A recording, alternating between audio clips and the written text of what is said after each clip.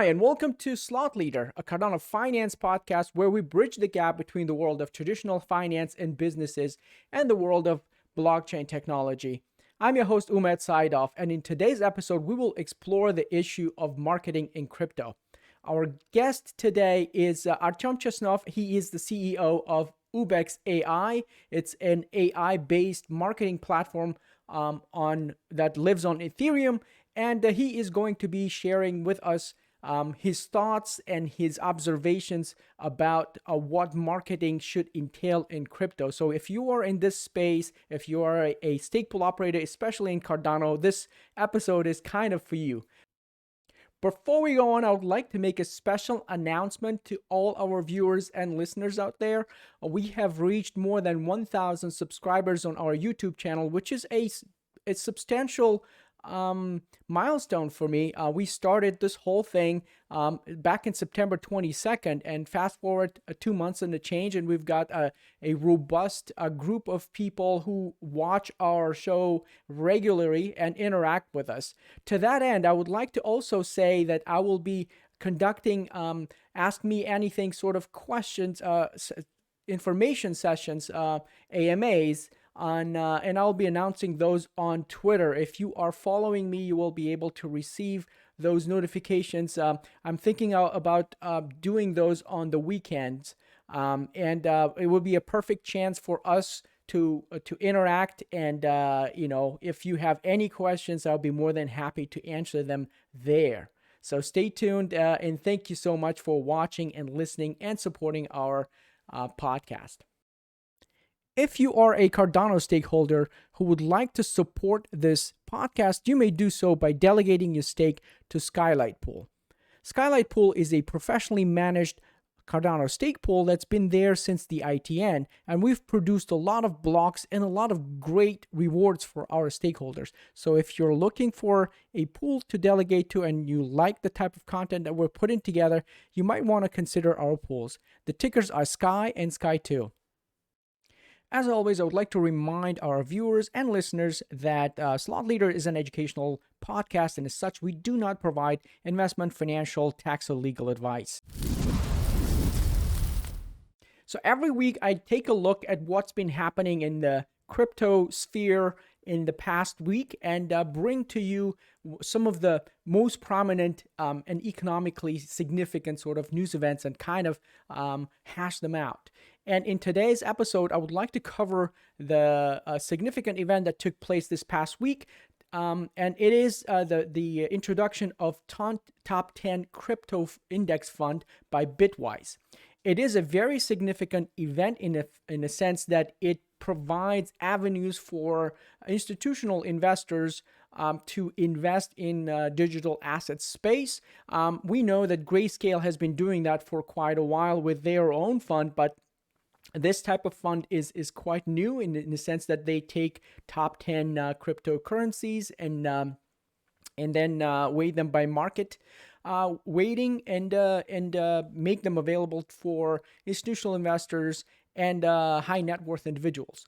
Now, why is it important, right? The importance of this is to make sure that we have avenues for capital to come on board that may not otherwise have had this opportunity. So Bitwise is one of the secure and approved ways, to access this capital market without exposing yourself to too much regulatory and risks. So it is right now available only for high net worth individuals and accredited investors, I should say. And registered investment advisors can actually invest in this fund. And looking at the fact sheet here, we can see that the top 10 currencies, including Cardano, by the way, is a constituent of this index fund, and it bodes really well for those currencies who are part of this index fund.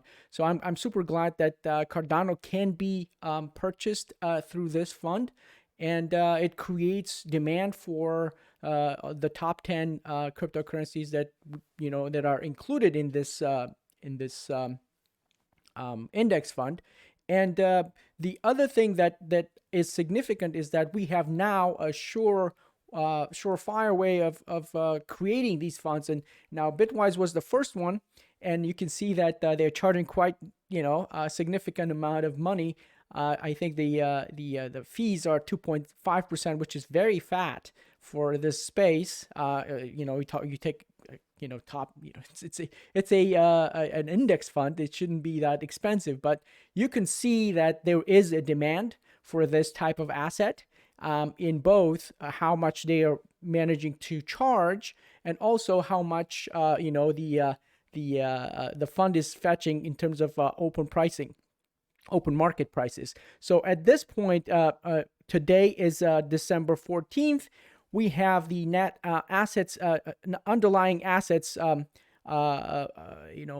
net and underlying value at $16. It basically means that if you take the total value of all these cryptocurrency assets that they hold and divided by the number of sort of shares that they have produced, they have the net asset value of $16, but the market price for this fund is $38.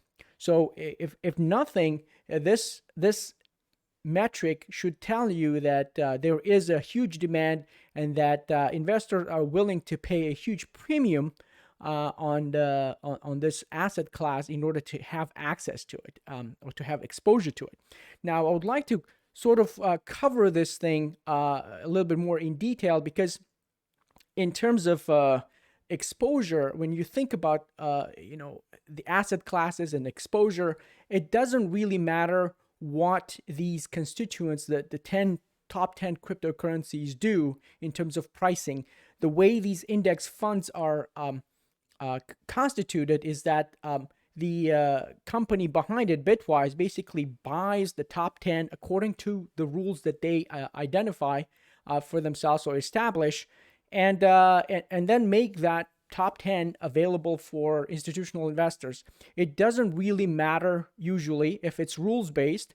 It doesn't really matter as long as we know what the rules are. And the rules, if they are to buy the top 10, then basically they just go to the market at some point, or during a period of time, and start buying those assets, and then make them available for investors. It doesn't really matter what the price does of individual assets, because they are not compensated by the price movement of individual assets in that index. They are just compensated because they give exposure to this asset class, and that's the major point of distinction I would like to make to my viewers out there, to the listeners, that this kind of development is important because it paves the way for other funds to come. So you have one company that's doing this, and I'm sure that other companies who provide these kind of index funds out in the market, they know now that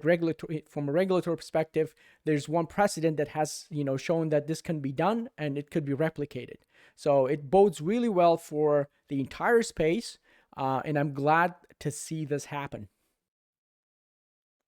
Another quite significant event that happened in the Cardano's ecosystem was the opening of the first voting on the treasury funds.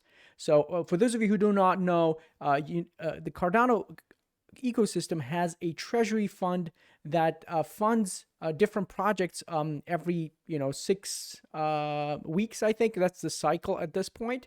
And the first fund that was made available to everybody to vote on is going to be opened for voting. The start date was December 11th, and what needs to happen is that you need to register your stake. You need at least 8,000 Ether to be able to vote on the projects that have been proposed. For those of you who do not know, I have put in a couple of projects in there to ask for funding, and the slot leader is one of them. So if you like the show, and if you would like me to continue doing these videos and create content and make it better, please do support the slot leader podcast. And the second one is Pool Tool Upgrade and project. And that's where we would like to basically take that platform. I'm part of that Pool Tool team, but would like to take that platform to the next level and bring a lot of new functions and features and functionalities that would be beneficial for both the stakeholders and the stake pool operators. Back to the question of registering and voting. So we have until the 15th, 1700 UTC time in order to register our stake. And that's important to note that once you have to register your stake to be able to vote, and the deadline is kind of small here. So today is the 14th, which means, on the 15th, by the time this show airs, I think you will have about two hours to register your stake. But regardless, once you register your stake, you will be able to vote afterwards, starting from the 15th until the 4th of January. So as long as you're registered, you're going to be fine. And I will put the links to the procedures and the guides to register and vote below, down below at the comment section of this video. So once you do that, you will be able to vote. And once you vote, the first lineup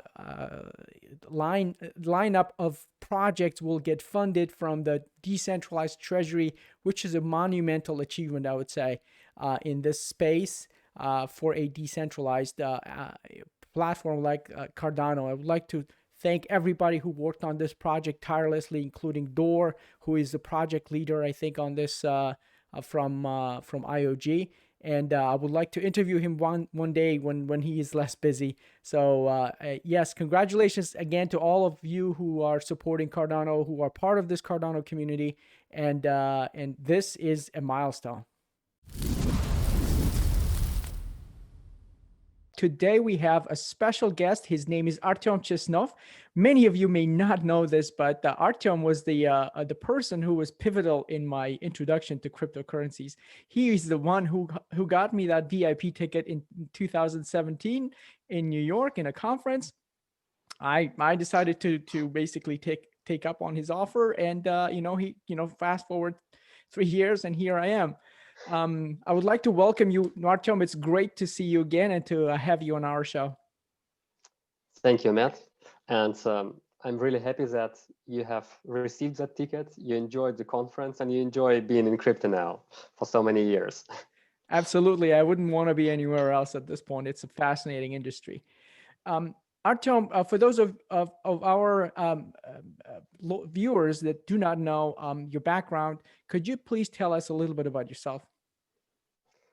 Yes, so currently I'm heading the company called Ubex AI. We're doing artificial intelligence in advertisement, and we're focused on programmatic ads for financial vertical. So our main specialization is to help financial and including crypto companies to succeed with their advertisement traffic. Yes, so we are buying quite a lot of traffic online from Google. We are authorized partner of Google, from 60 other networks. We are optimizing them with our artificial intelligence-based algorithms, and we're making everything possible to make the traffic as efficient as possible with highest possible conversion. But that's now my background is a bit different. Before I came to crypto as well, I came to crypto just half a year before we met, not much time before. So he managed to snap some really good amount of Bitcoin at those I don't know what, $1,000 prices or whatnot. It's 3,000. It's 3,000. It was the beginning. Was a bit higher. I told him to sell. I don't think he sold, but I told him to sell at 6,000. I don't think he did. No, I didn't. But when it went to 20, I also didn't. So in 2017, I mean. Well, so I had. It might be your chance tomorrow or today to catch. Yes, we are making this podcast in a very interesting day. Yes, because probably it's the second historical day. Probably today will break the maximum. It's exciting. Yeah, so Yes. I have so before blockchain area, I was working in marketing. I was marketing director at one of the largest global corporations, responsible for Europe, for Central and Eastern Europe. There, but then I moved to entrepreneurship. I started a company in a tech company, and very fast forward moved to blockchain, where I was involved in quite an amount of token sales. Mainly on their marketing and investor sides of the token sales. So we helped quite a good amount of token sales to succeed in 2017, 2018. I'm sure you've seen lots of our ads. Plus, we have done our own token sale in 2018. Yes. We have successfully raised 29,000 Ether in 2018. And probably you still remember our ads because they were everywhere. People believe that we have spent trillions of dollars on it. It was not true. We were just quite efficiently placing the ads. We were testing our own algorithms in 2018. After that, we have developed the technical system. So we have spent the 2 years for the development of technical system. And last winter, we have launched. So for 9 months yet, we're live. Yes. We're live with the product. I remember when I got to know that you're launching a marketing platform that uses Ethereum Ethereum-based token and manages manages it with an AI in the background. I was quite impressed. And I remember I remember the early ads. I think there were some futuristic themes in there with beautiful girls. And by the way, every time I see Artem, he's surrounded by beautiful girls. So he knows. I'm sure he knows a thing or two about marketing. Thank you, Matt. Yes. So Artem, for the reason why I contacted you was to basically give my audience, or who might be the Cardano stakeholders and stake pool operators, a sense of what is important, especially for the stake pool operators, because some of them might be struggling at this point, really good operators trying to get some delegators, what we call stakeholders, in order to delegate to their pools, but they might not quite know how to work the marketing side of things. And we've seen a lot of really good operators be left out, even though they have contributed a lot to writing the code and things like that. So in a nutshell, knowing the industry now for quite a while, what do you think works really well in crypto in terms of getting attention? No, your question is not about crypto, it's about general marketing, frankly. Okay. And maybe I will give you the thing that is, I believe it's quite basic, but most people are doing it wrong. Yes. So first, there is a need to answer, what do these people really need? And this is a very complicated question, by the way. Probably the most complicated in all this story. Not what we think they need, but what do they really need? Yes. And second, to think where they are. So where do they spend their time?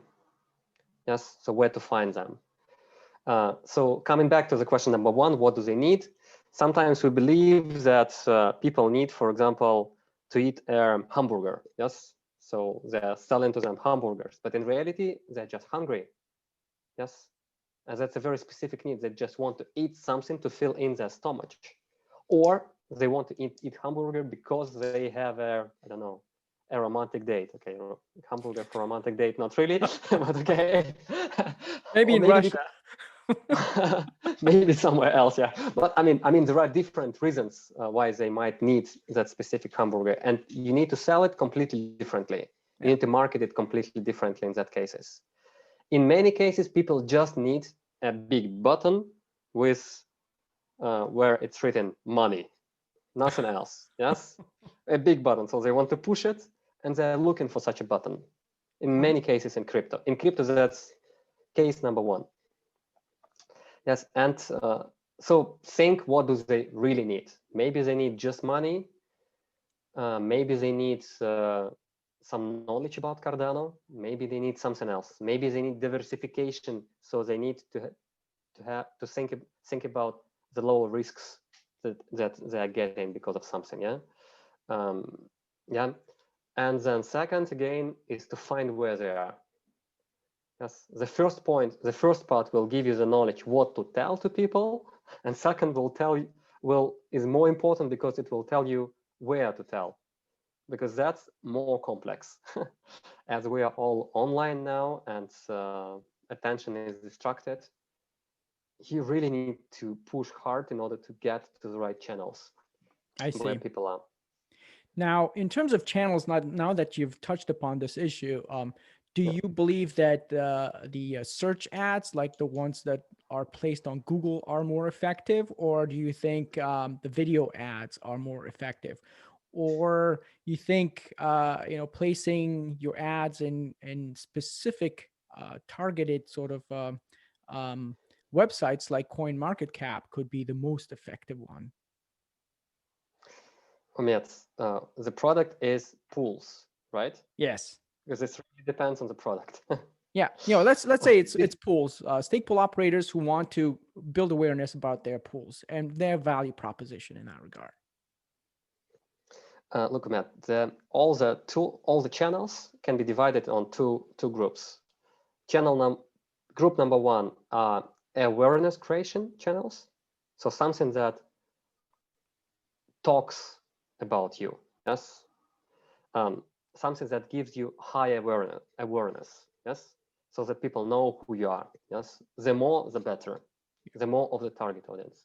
And there are other tools and channels that can give you conversion or performance. Conversion is when they see your ads, for example, or they see your message, and they immediately tell, okay, I am giving you the money to your pool. That's unfortunately, sometimes people don't understand that these are two completely different lives, two completely different tools and channels. Yes, because when you are, and you need to use both. You need to use both because generally there is a rule that a person makes a purchase after the 7th touch. Yes, there is a rule of 7 touches. It means that they might see you first somewhere in the news, then second time they see your ads, then third time a friend tells, and then when the 7th touch comes, then you get converted. That is why you have so many retargeting ads. When you go online, you buy once the shoes and then they are hunting on you, yeah? Because they believe that you still need a shoe, yeah? Which is wrong, by the way, right? Because you bought the shoe already. Actually, in most cases, it is right. In most cases, it is right because there is around 30% chances that you have not bought it. While if you just target someone, it's maybe 1% chance. So if you just play with chances, it's high chance. In order to build the first contact points, it's much more important to use this awareness creation channels. Yes, so it's not important how deep people get to know you. They just need to know you.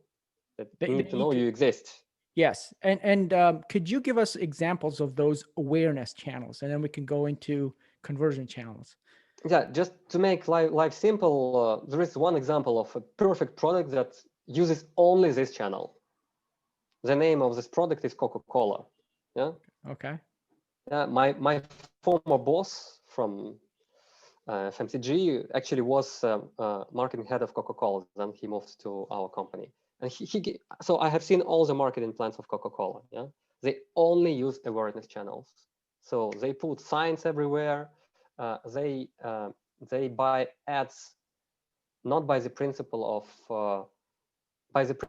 where their audience is. So they're targeting the audience, not the channels, not specific, let's say CNBC, but they look where their audience is today, and they're trying to reach as many people as possible. Yes, from their audience. Yeah. So this means for this tool, you can use CoinMarketCap if you're talking about crypto, if you have money, because CoinMarketCap is quite expensive. We are selling it at $3.5 per thousand. Google is selling it for $12 per thousand. So it's not a cheap channel comparatively to average price in US, for example, of $1 per CPM per thousand. So it's in our channel, it's 3 times more expensive than normal price in US. Yes, in Google, it's 12 times more expensive. Same about Etherscan, definitely they're good, and some other publishers. Yes, some other websites that exist there. Yes. Then second thing that can help you build awareness is definitely PR, but in your case, it's complicated because PR, you need a lot of PR in order to be visible. If it's just one article, you will never be visible. So for public relations, the minimum budget is at least $15,000, at least. With $15,000, you can get something like 20 publications. Then, okay, you will be visible. If it's less, I mean, it's useless to be there. Just useless. Is that 15,000 one-time payment and you will reap the benefits for many years, or what? How does that work? No, that's about one campaign. Yes, if a public relations campaign is less than 10, 15 publications, I mean, on a global level, you will never be visible. Never, never, ever. And this campaign would cost you a minimum 15,000. That's what I told you. And if we go through Ubex, is that gonna give us? No, we're not doing public relations. I'm just telling you from my experience. Yes. Okay. We're doing traffic. We're not doing public relations. All right. Yeah, and then second, when you already created the awareness, you can create definitely through bloggers or through podcasts like this one. Yeah. But as well, you need to have at least several. It's not one. One will never create awareness.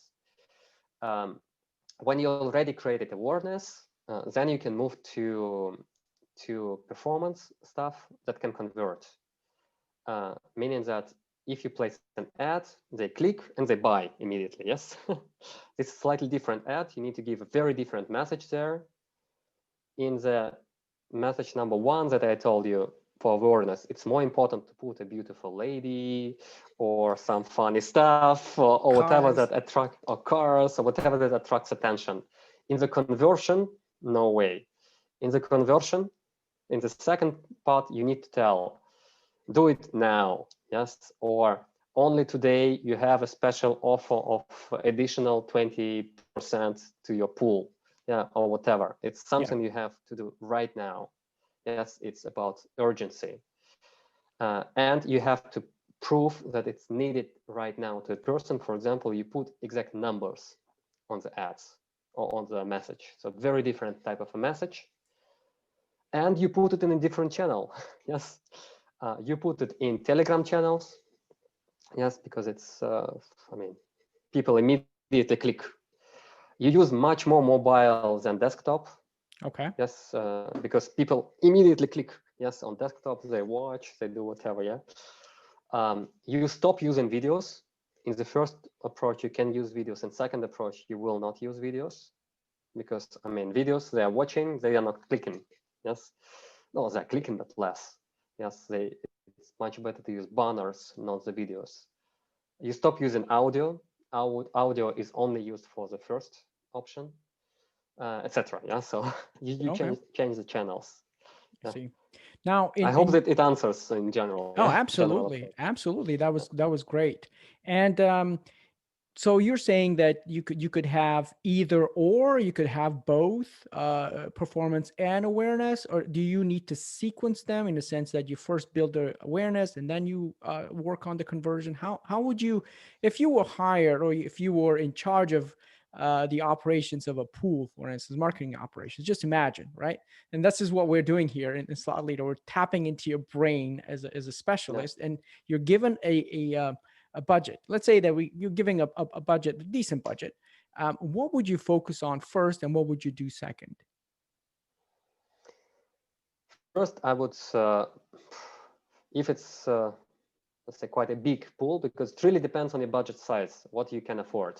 Okay. That's it. Always starts from a budget. I know that our clients always hate the question about budget, but you cannot live without it, because if you have $2,000, it's one story. If you have $2 million, it's completely different story. Yeah, well, I mean, we are not at the point where crypto is ubiquitous, so we could just target the entire earth, right? Well, we can, but we'll probably reach a very small portion of the population who might be interested in this. So let's say that you're a normal, very small operation.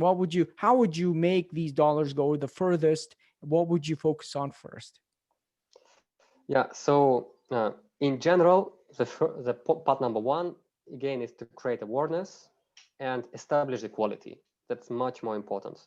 So I would probably go through some of the cheap but good channels, like bloggers or some of the chats or something similar, where I would talk about the quality of the product. Yes, in case of crypto, what is quality?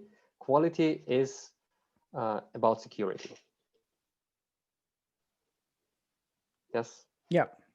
Yes. So I would talk about the smart contracts if you have them there, or some other elements about security and that you do exist and you exist for a while. Yes. But it's PR, but it's more or less free PR. Yes, because you first start going through the Telegram channels, you exchanging information with them, you exchanging information with some bloggers.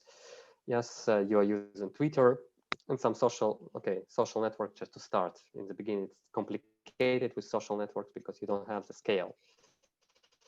And you try to reach as many people as possible again. So you don't focus on small audience, you reach as many places where you can put your message, and you repeat the same message. Repeat the same message. Don't worry that you don't need to change it. You need to adapt it if you have a negative feedback. Yes. Okay. But probably for a month or two, you just repeat, or 3 or even 4 and 5, you just repeat the same message about quality. Yes, it has to be the touch point number 1. Yes. Then touch point number 2, you already start to invest a bit in paid traffic, because anyway, without paid traffic, you can do nothing. I mean, without paid traffic, you will never reach a wide audience. Yes, because without paid traffic, if you just use bloggers or Telegram, etc., you will always be limited to, let's say, 5 to 10,000 persons who ever saw you. So you need to start with paid traffic, because paid traffic will give you immediately an audience of several millions. Yes.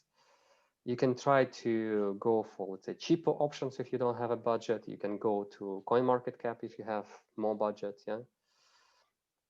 But definitely, by then, that moment of time, you need to already have good social networks with good number of subscribers, because otherwise, if people click on start researching your pool and they see that it's still in the beginning, they will never make the conversion. Yes, again, you shouldn't use paid traffic in the beginning. You should first get some traction, yes, okay, with that free traffic and bloggers, etc. All right. And then after you make the general paid traffic, you can already move to to higher conversion channels, because during that first test, you will see which channels provide you better conversions. You never know it. No, we know because we have some experience, yeah, but it really depends. Then you just select the channels that were better for you for conversion, and you start pushing there lots of small messages about conversion style messages, the same channels. So for example, if you found out that, I don't know, HackerOne was the best convertible publisher for you during that period, you just push lots of small messages to HackerOne. Okay. And you test them. You send one message. If it works, you continue. If it doesn't, you send another. You test lots of hypotheses here on that stage. Okay. And you definitely have to always check your Google Analytics to see what was the result. Analytics is really important, because many people tell something in marketing or in traffic doesn't work because they do not check their analytics. Yes. Yeah. Plus, you need to be aware that there are lots of not very honest companies in ad tech today. There is a lot of bot-generated traffic. There are click farms, especially in mobile traffic, lots of them. So you need to be extremely careful there. I mean, for example, in apps, up to 70% of the traffic is bot-generated. So how can you tell the difference? Let's say that I bought an ad, and I've done that before with another business, of course. I bought an ad, and Google is very smart, right? They just basically tell you that, oh, we're gonna just give you an exposure, but you don't know if that exposure is real or not, and you can tell because you're not selling a product if you get lots of exposure but there's zero sales. But Google is making money, right? So you just sit there and say, okay, well, I think this was not real. So, because there's no way that I had 10,000 exposure and zero clients, right? But yeah, I mean, those kind of things happen. So how do you sort of weed out the bots? There is a way that you show 10,000 times and have zero clients. It's possible, yes, because you might have either wrong message or a very common mistake. The landing is wrong. Yes, so I saw many times when people are leading to their Instagram page, for example, they immediately losing 80% of potential clients immediately, same moment. Yes, or they have a very bad landing page without a button buy. Yes, you need to have a button buy at the very top, yeah, or let's say add liquidity to the pool. Yes, so not every time it leads to clients. Plus, it might be simply the first touch point. As I said to you, you need 7 touch points. Yes, it might be very good ad, but it might be just number 1 or number 2, and you still need 5 touch points to reach it. So it's just about the scale. So so your question was about bots. Yes, it's not an easy thing. I need to advertise Ubex then, because in Ubex we do have special systems to analyze it. Yes, okay. So we have special algorithms to make analysis, and we can get rid of many of them, but not of all of them. Even Google today, which is a good network, even Google has around 10 to 15% bot-generated clicks on average. CoinMarketCap has a lot of bot-generated clicks done by the publisher. They do it in order to get more money and get higher conversion. They try to cheat our algorithms. Oh, wow. Because they know that if there are more clicks, we lead more traffic to them than to others. Yes, so publishers try to cheat a lot in that case. But okay, here you just need to select the right partner, I would tell. Either you run ads with Google, okay, and you understand, okay, 15% will be bots, but okay, there is nothing to do with it. Or you run through a trusted partner like Ubex, or like there are some other players on the market, not in crypto. In crypto, there are no other good players on the market with good bots. You're the only ones? Okay. Yeah. In programmatic, yes. Today we are really the only ones that do control bots. There are not that many players in crypto. In other segments, in other verticals, not in crypto, there are some good players as well, like trading desk, for example, yeah, or some other. And way number 3, there are special independent controllers like MOAT, for example, where you can buy this additional report on bots. But frankly, I mean, they will just tell you last year when you spent $1 million, half of it was was useless. Yeah? It's after. They will tell you after. They will never tell you before. And also, you just should not use some of the channels. Yes, some of the channels. Frankly, which channels should I not use? Let's just go from there. You just go to your Google Analytics after the campaign, and you look. For example, we were running ads for waves recently, but we were not doing it directly. There was an agency that was running it. They have hired us, but they took the money from waves. We ran the ads for them, and they also ran it with one other competitor. They were unhappy with us. They were happy with competitors. Then we asked them, okay, can you show us the reports? they showed the reports. In the reports of our competitor, there was one website that brought around 80% of all the clicks. 80% out of 200 websites, just one website. We looked on that website. It was an absolutely strange website. And also, it's not normal when one website is bringing everything. Yes, and it needs to be at least more or less uniform.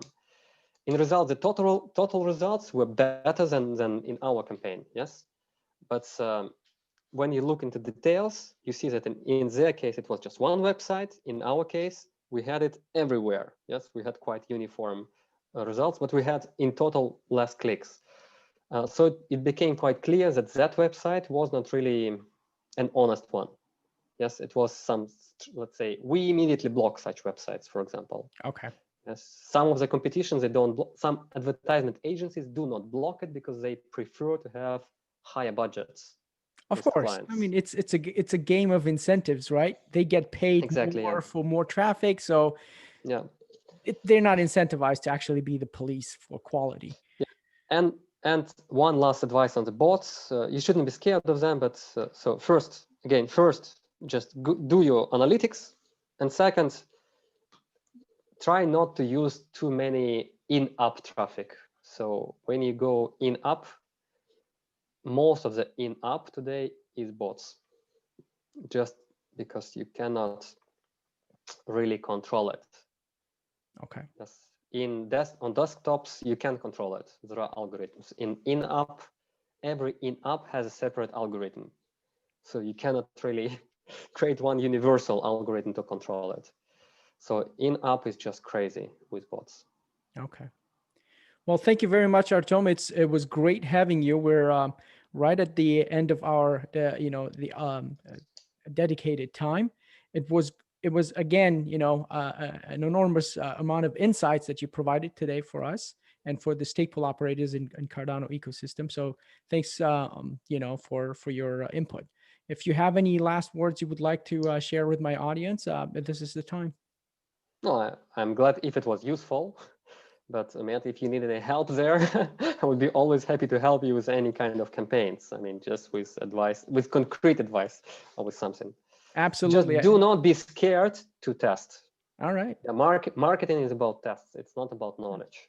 Yeah, it's just that this early days, those stake pool operators are just ramping up their operations. They may not have a lot of budget, but we would like to have whatever budget that we spend, we would like to have channels that are efficient, and that was the point of me inviting you here to discuss this this particular topic for the audience. This marks the end of our episode today. I hope you like the interview and the type of content that we're putting together. And if you do, please do not forget to subscribe, like, or comment on our videos. It really helps us a lot to build awareness about Slot Leader. I'm your host, Umed Saidov, and I will see you next time.